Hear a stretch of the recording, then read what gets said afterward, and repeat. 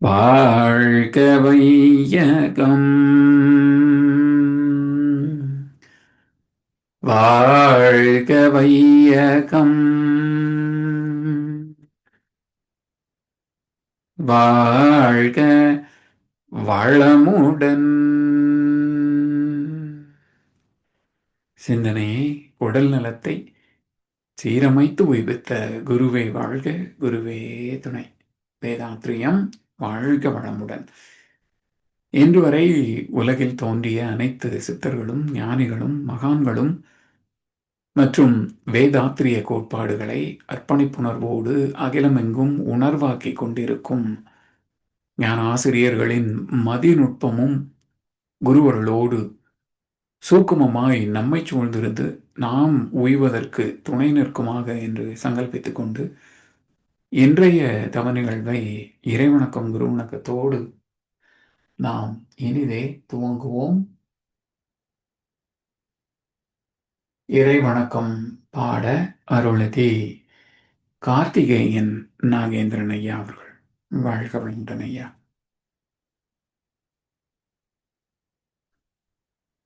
வாழ்க வையகம், வாழ்க வையகம், வாழ்க வளமுடன். குரு வாழ்க, துணை. இறை வணக்கம்.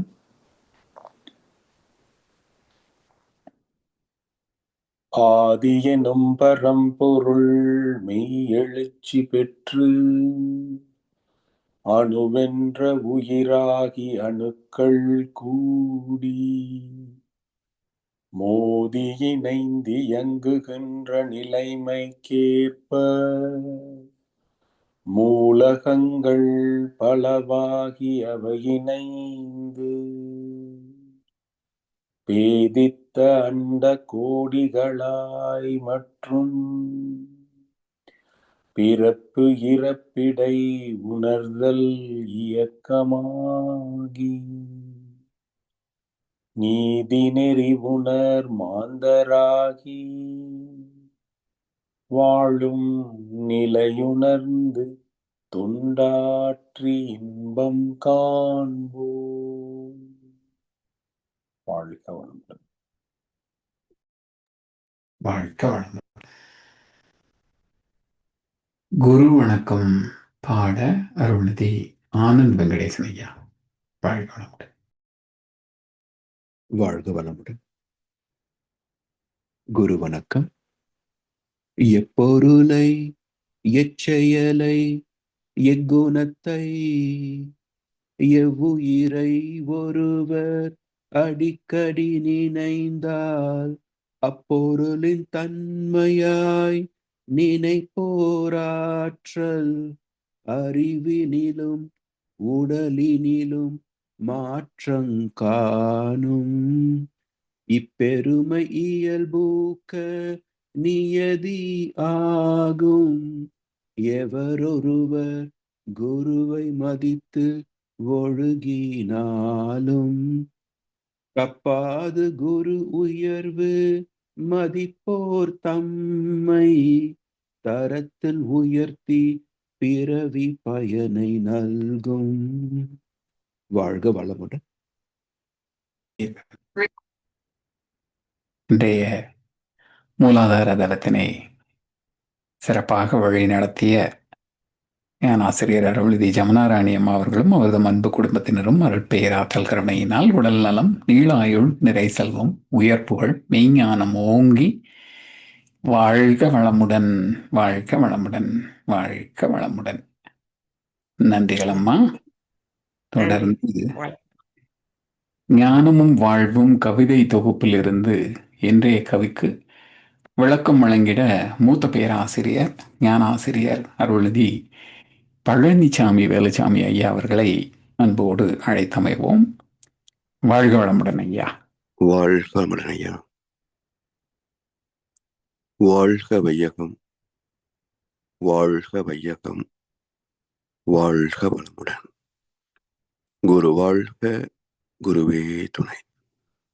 சான்றோர் பெருமக்களே, ஞானமும் வாழ்வும் கவிதை தொகுப்பின் தொடர் சிந்தனையில் இன்றைக்கு ஒழுக்கத்தை பற்றிய மேலும் ஒரு கவி. ஒழுக்கமே பிறர் உள்ளத்திலிருந்து எழுப்பும் உணர்ச்சிகளாம் இன்ப துன்பம் உணர வைக்கும். ஒழுக்கமே உயிர்களிடம் உயிர் இணைந்து உயர் கருணை அன்பு இரக்கம் உண்டு பண்ணும். ஒழுக்கத்தால் உயிர்களிடம் நட்பு ஓங்கும். ஒத்த நட்பால் அமைதியோடு இன்பம் உண்டாம். ஒழுக்கத்தின் பெருமை உணர்ந்தே மதித்து உயிர் வாழ்வோம் உயர்வடைவோம் உயிர் தொண்டாற்றி.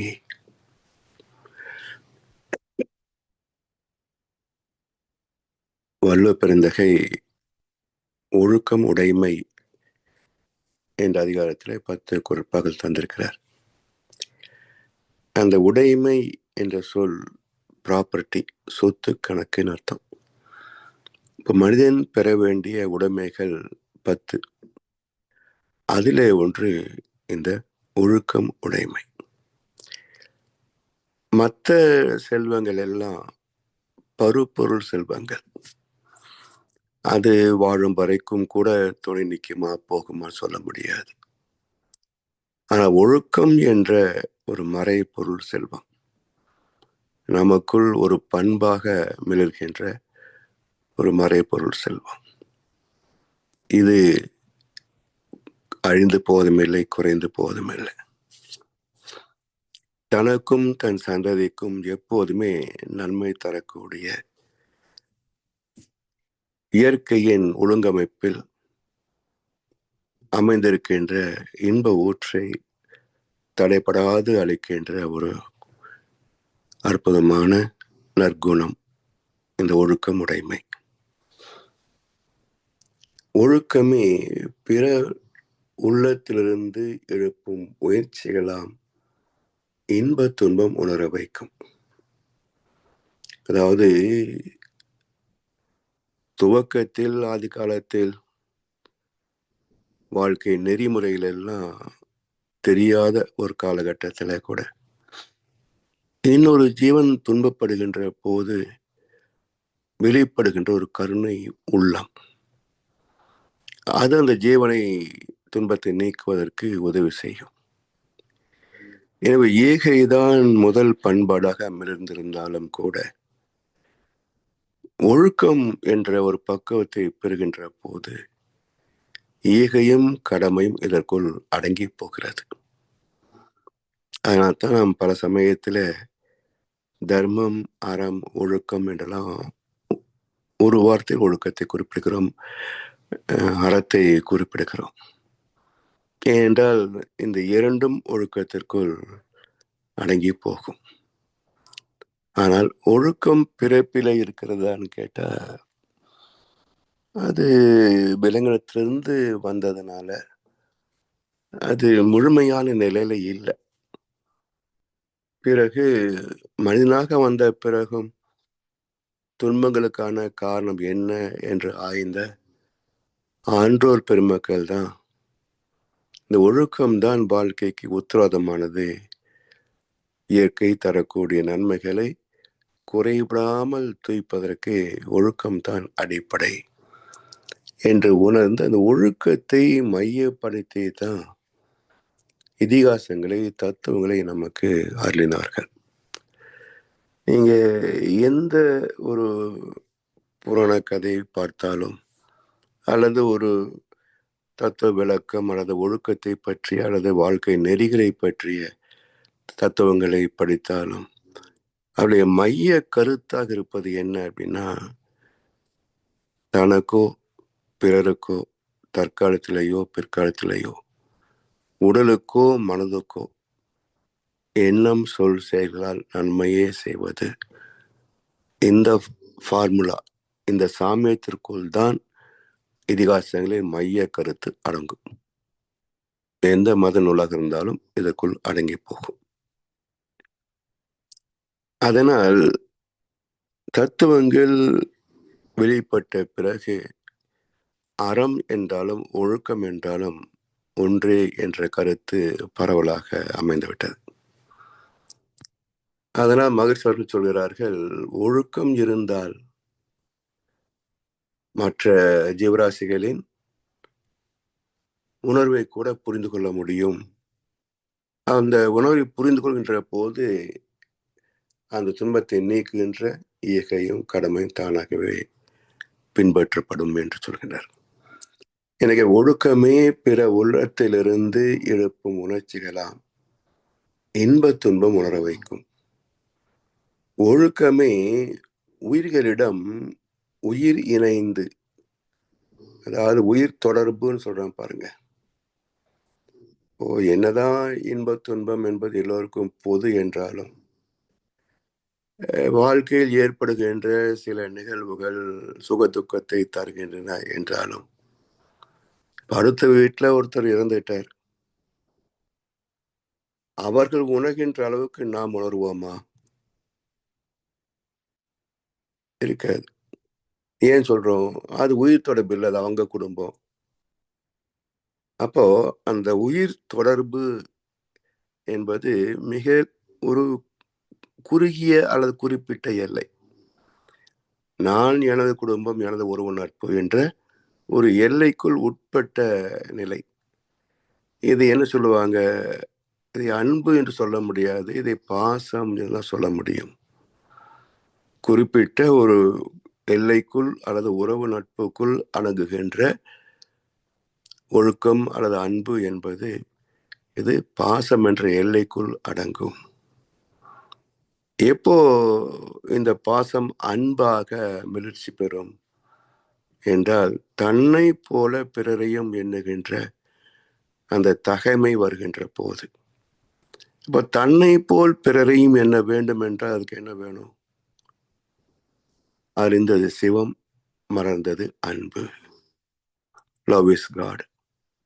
அல்லாஹ் அளப்பரிய அன்பும் கருணையும் உள்ளவன் என்ற எல்லா மதங்களும் பேசும். அப்ப இறைவனின் அடிப்படை குணம் என்ன? Attractive force and repulsive force. இது விஞ்ஞானம் சொல்லுகின்ற வார்த்தை. அன்பு, கருணை என்பது குணங்களாக பேசப்படுகின்ற வார்த்தை.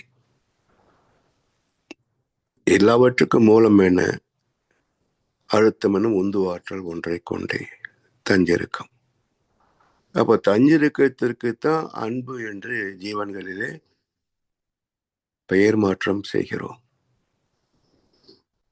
அந்த தஞ்சிருக்க ஆற்றலை இயக்கத்திற்கு வழங்குகின்ற நிலையிலே அது தன்னில் இருந்த ஆற்றலை இயக்கத்திற்கு வழங்குவதால் அதை கருணை என்று சொல்கின்றோம். ஸோ பெயர்கள் தான் மாற்றமே தவிர இறைநிலையில் என்ன இருக்கிறதோ அதுவே தான் பிரபஞ்சத்தில், அதுவே தான் உயிர்களிடத்திலே, அதுவே தான் மனிதர்களிடத்திலே. பெயர் மாறிக்கொண்டே வரவுலதான். இப்படி ஒழுக்கமே உயிர்களிடம் உயிர் இணைந்து உயிர் தொடர்பு. இந்த உயிர் தொடர்பு இரண்டு வகை. ஒன்று பரு உடல் உயிர் தொடர்பு, கணவன் மனைவியர்க்கிடையில் நிகழ்கின்ற பரு உடல் உயிர் கலப்பு. இன்னொன்று குருவோடு ஏற்படுகின்ற உயிர் தொடர்பு, அது உயிர் கலப்பு தான். இது உயிர் கலப்பு என்று சொன்னாலும் உணர்வின் கலப்பு தான். ஏன்னா உயிர் என்றது இயக்கத்திற்கு வந்த பிறகு தானே.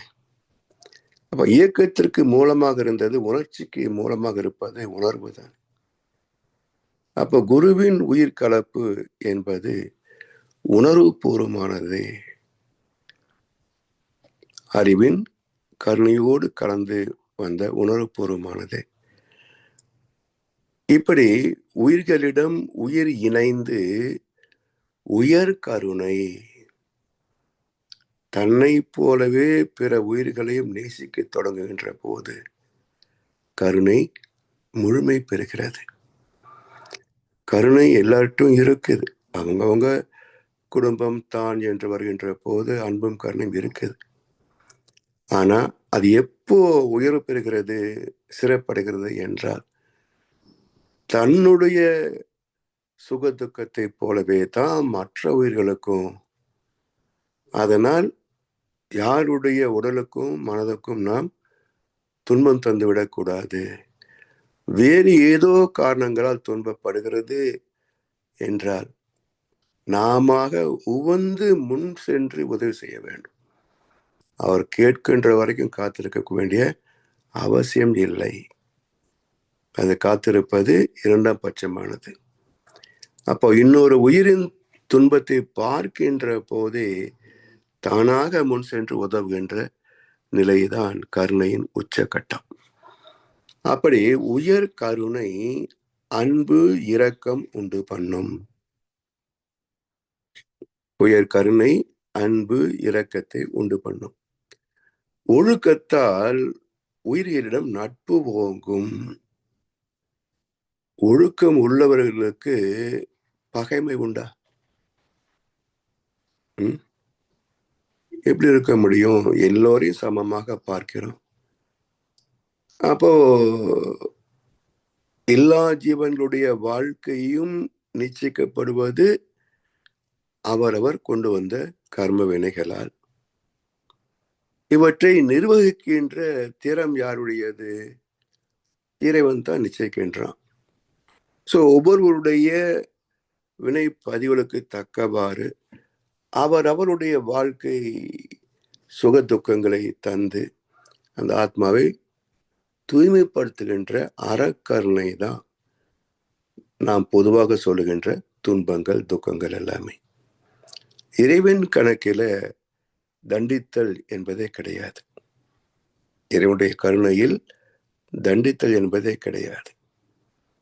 ஒன்று உயிர்கள் அனைத்திற்கும் உதவுகின்ற அறக்கருணை. உயிர்கள் அறிந்தோ அறியாமலோ பாவத்தை செய்துவிட்டால் அந்த பாவத்தை நீக்கி ஆத்மாவை சுத்தப்படுத்தி மீண்டும் அது உயிர் பிரிகின்ற போது தன்னோடு இணைத்து கொள்ள வேண்டும் என்ற கருணையின் உச்சம். அது மரக்கருணை. துன்பத்தை தந்து துன்பத்தை தருவதில்லை, நாம துன்பமாக உணர்கிறோம். இறைவன் யாருக்கும் துன்பத்தை தருவதில்லை. அது இறை நீதி என்ற ஒற்றை பண்புக்குள் அடங்கும். செயலுக்கு தக்க விலை. அப்படி துன்பத்தை களங்கத்தை நீக்கி மீண்டும் தன்னோடு இணைத்துக் கொள்ளவே இறைவனின் கருணையின் மறுபக்கம் நம்மிடத்திலே வெளிப்படுகிறது. இப்படி உயர் கருணை அன்பு இரக்கம் உண்டு பண்ணும் ஒழுக்கத்தால் உயிர்களிடம் நட்பு ஓங்கும். ஒழுக்கம் உள்ள ஒருவருக்கு பகை உண்டா? பாருங்களேன், எப்போ பகை வருதுங்க? ஒழுக்கம் தவறிய செயல்களால் பகை உண்டாகும் இல்லையா? ஒருத்தருக்கு துன்பத்தை அளிக்கின்ற போது, தவறான சொற்களால் மன வருத்தத்தை ஏற்படுத்துகின்ற போது பகை உண்டாகும். அல்லது ஒருவருடைய மேன்மைகளை பொறுத்து கொள்ள முடியாத பொறாமை வருகின்ற போது அப்பவும் பகை உணர்ச்சி உருவாகும். வெறுப்பே பகை உணர்வாக மாறும், பொறாமை வெறுப்பாக மாறும். இப்படி அறிவின் குறைபாடு, அன்பின் குறைபாடு, ஒழுக்கத்தின் குறைபாடு, அதுதான் பகைக்கும் மற்ற தீய குணங்களுக்கும் அடிப்படையே தவிர அறத்தின்படி ஒழுக்கத்தின்படி தர்மத்தின்படி வாழ்கின்ற போது அங்கே பகை உணர்ச்சிக்கு இடமே கிடையாது. எந்த தீய குணத்திற்கும் இடம் கிடையாது. அதனால் ஒழுக்கத்தால் உயிரிடம் நட்பு ஓங்கும். ஒத்த நட்பால் அமைதியோடு இன்பம் உண்டாகும். ஒத்த நட்பு, ஒருவருக்கொருவர் நட்பு பாராட்டுகின்ற போது அங்கே நட்பு பெருக்கம் அடைகிறது, 2 பங்காகிறது. அதாவது இந்த நட்பு அன்பு என்பதை எல்லா ஜீவனத்திலேயும் வெளிப்படுத்த முடியும். தவறான, அதாவது கொடூர விலங்கு சொல்றான் பாருங்க. இப்ப புத்த மதத்திலே உள்ளவர்கள், ஜெயின் மதத்திலே உள்ளவர்கள் அந்த கொடூர விலங்கை கூட ஒரு செல்ல பிராணி போல, பெட் அனிமல், அதனோடு நடந்து வருவதை நம்ம பார்க்கிறோம். ஒரு சிங்கம் புலியோடு நட்பு கொள்வது எப்படி அப்படின்னு டிஸ்கவரி சேனல்ல பார்த்திருக்கிறோம். அப்போ எந்த உயிரும் தன்னை காத்துக் கொள்வதற்காகத்தான் நம்மை தாக்குகின்றனவே தவிர எந்த விலங்குக்கும் ஒரு மனிதனை அழிக்கின்ற குணம் கிடையாதுங்க. அது தற்காப்பு தான். ஏன் அந்த உணர்வு வந்தது என்றால், ஆதியிலிருந்தே என்ன சொல்லுவோம், வேட்டை சமுதாயம் தானே மனிதனுடைய அந்த நாடுடைய வாழ்க்கையில வேட்டை சமுதாயம் கலந்தானே இருந்தது. அப்ப உணவுக்கு என்று விலங்குகளை வேட்டையாடி வாழ்ந்த பதிவு மனிதர்கிட்டையும் இருக்குது, விலங்குகிட்டையும் இருக்கு. அதனால் இந்த மனிதன் நம்மை கொன்று விடுவானோ என்ற எச்சரிக்கை உணர்வாகத்தான் தாக்குகின்றனவே தவிர இவன் நமக்கு துன்பம் செய்ய மாட்டான் என்ற நம்பிக்கை வந்துவிட்டால் பழகும் வகையில் பழகி பார்த்தால் பகைவன் கூட நண்பனே, பாசம் காட்டி ஆசை வைத்தால் மிருகம் கூட தெய்வமே. மிருகத்துக்குள்ளே தெய்வத்தை பார்க்கலாம். ஏன்னா எல்லாமாக பரிணமித்தது ஒற்றை பொருள் தானே. அதுக்கு என்ன பேர் வேணா வைத்துக் கொள்ளுங்க. எல்லாமாக பரிணமித்தது ஒரே ஒரு பொருள் தான். அப்போ தெய்வம் தானே விலங்காக இருக்கிறது.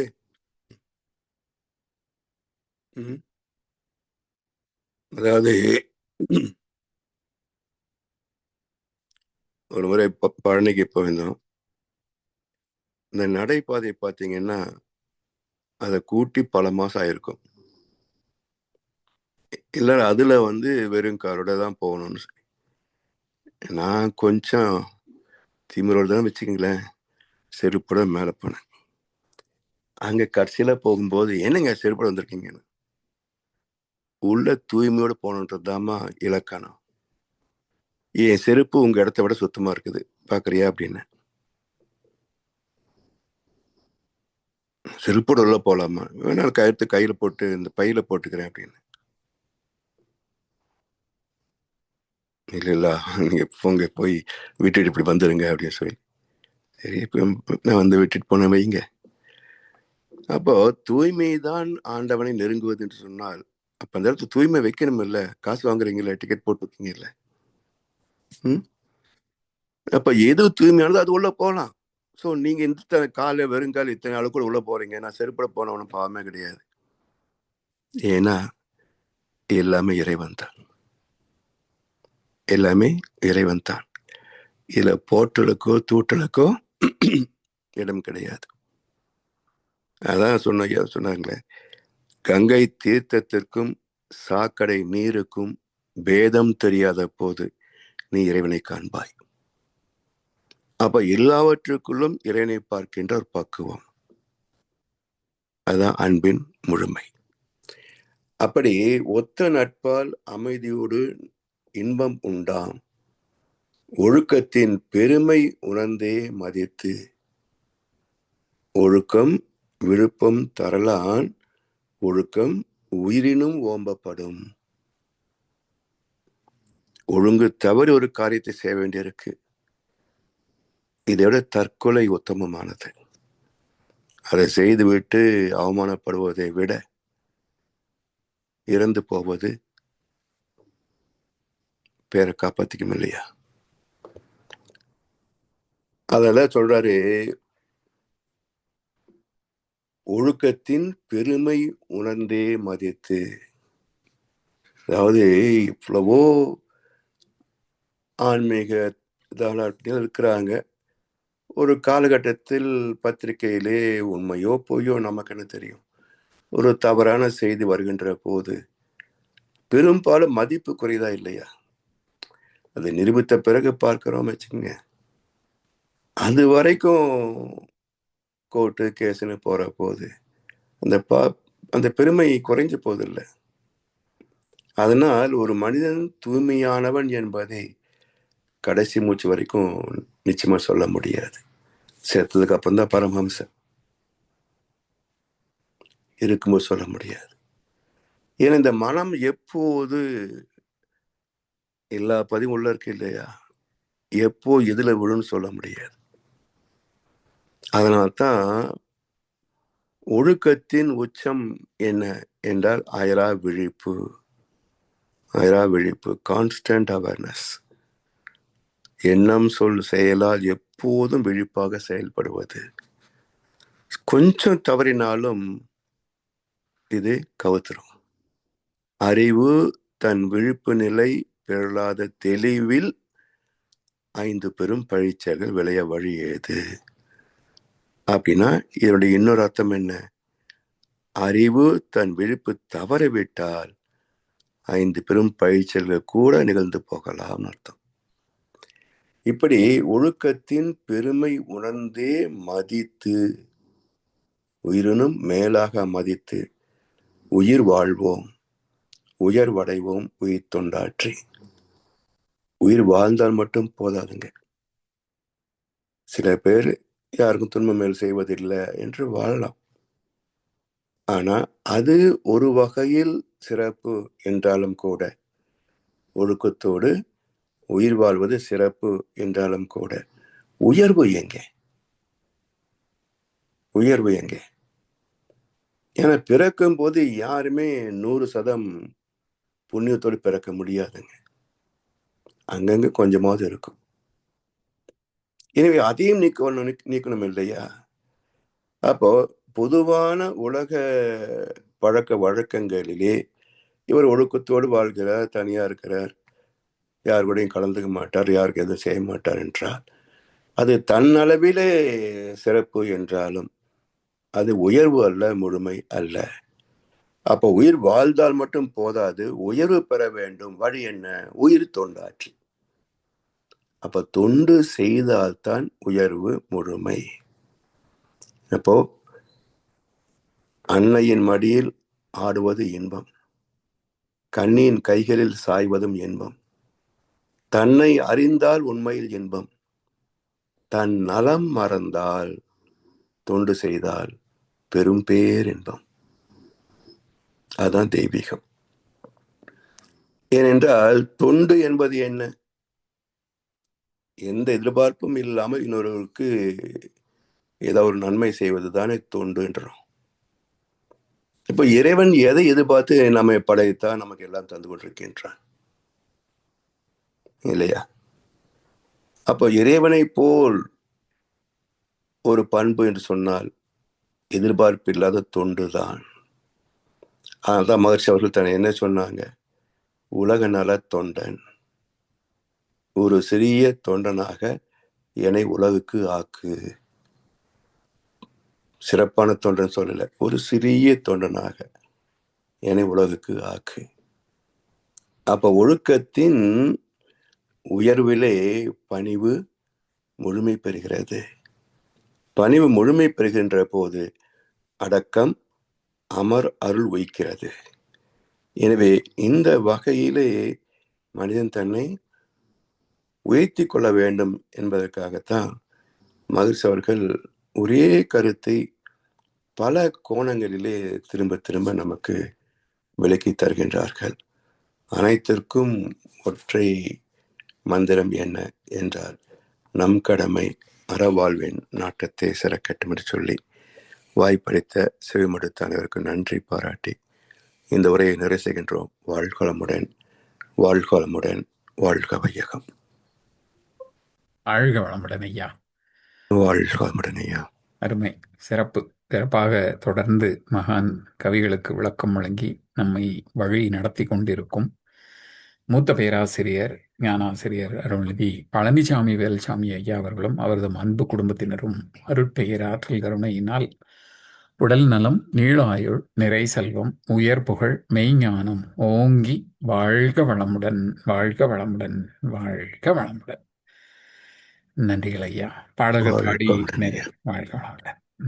பாடல்கள் பாடி நிறை செய்யும் தருணம்.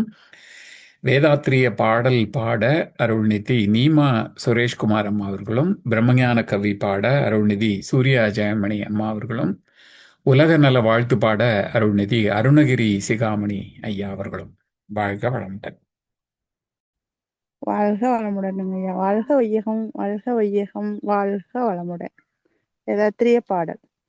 போரில்லா நல்லுலகம், பொருள் துறையில் சமநீதி, நேர்மையான நீதிமுறை, நில உலகுக்கோராட்சி, சீர் செய்த பண்பாடு சிந்தனையோர் வழிவாழ்வு சிறப்புணர்ந்த பெண்மதிப்பு தெய்வநீதி வழிவாழ்தல் தேர்ச்சி விழா தவிர்த்தல் சிறுவர்க்கே விளையாட்டு செயல் விளைவு உணர்கல்வி சீர்காந்த நிலை விளக்கம் பார் முழுவதும் உணவு நீர் பொதுவாக்கல் பல மதங்கள் பல கடவுள் பழக்கம் ஒழித்து உண்மையொன்றை தேர்ந்திடுதல். வாழ்க வளமுடன் ஐயா. வாழ்க வளமுடன். பிரம்மஞான கவி. இறைவெளியே தன்னிருக்க சூழ்ந்தெழுத்தும் ஆற்றல் இதன் திணிவு மடிப்பு வில சுழலும் உன் விண்ணாம் நிறைவெளியில் விண் சூழல நெருக்குகின்ற உரசல் நிலைவெளியில் எழுப்புகின்ற நேரலைகள் காந்தமாம் மறைபொருளாம் காந்தம் தன் மாத்திரைகள் ஐவகை மலைக்காதீர் விண்கூட்டம் மாபூதம் ஐந்துமாம் முறையாய் அக்காந்த அலை மனமாம் உயிர் உடல்களில் மதி உயர்ந்து உண்மை பெற மாபிரம்ம ஞானமாம் மதி உயர்ந்து உண்மை பெற மாபிரம்ம ஞானமாம். வாழ்க வளமுடன். நன்றி. வாழ்க வளமுடன் ஐயா. உலக நல வாழ்த்து. உலகமெல்லாம் பருவமழை ஒத்தபடி பெய்யட்டும், உழவரெல்லாம் தானியத்தை உவப்புடனே பெருக்கட்டும், பல தொழில்கள் புரிகின்ற பாட்டாளி உயரட்டும், பகுத்துணர்வில் தொகுத்துணர்வு பண்பாட்டை உயர்த்தட்டும், கழகங்கள் போட்டி பகை கடந்து ஆட்சி நடக்கட்டும், கல்லாமை கடன் வறுமை களங்கங்கள் மறையட்டும், நலவாழ்வை அளிக்குமே ஞான ஒளி வீசட்டும், நம் கடமை அறவாழ்வின் நாட்டத்தே சிறக்கட்டும், நம் கடமை அறவாழ்வின் நாட்டத்தே சிறக்கட்டும். வாழ்க வையகம், வாழ்க வளமுடன், வாழ்க வையகம். வாழ்க வளமுடன். இன்றைய தவத்தில் கலந்து கொண்ட அன்புகள், தவத்தை வழிநடத்தியோர், நச்சிந்தனை வழங்கிய பாடல்கள் பாடியோர் அனைவரும் வாழ்க வளமுடன். அவர்களின் அன்பு குடும்பம், அவர்களின் உடல் நலம், மனவளம், பொருள் வளம், அருள் தொண்டு, ஆன்மீக தொண்டு, வாழ்க வளமுடன், வாழ்க வளமுடன், வாழ்க வளமுடன். இத்துடன் இன்றைய காலை தவம் மகிழ்வோடும் இதே நிறைவு பெறுகின்றது. இறையர்களும் குருவர்களும் நம் அனைவரையும் எப்பொழுதும் சூழ்ந்திருந்து நம்மை இந்த நிலை உணப்பினத்திலே சிறந்த முறையிலே வழிநடத்தட்டும் என அனைவரையும் வாழ்த்தி வணங்கி நன்றி கூறி அமைகிறோம். வாழ்க வியகம், வாழ்க வியகம், வாழ்க வளமுடன்.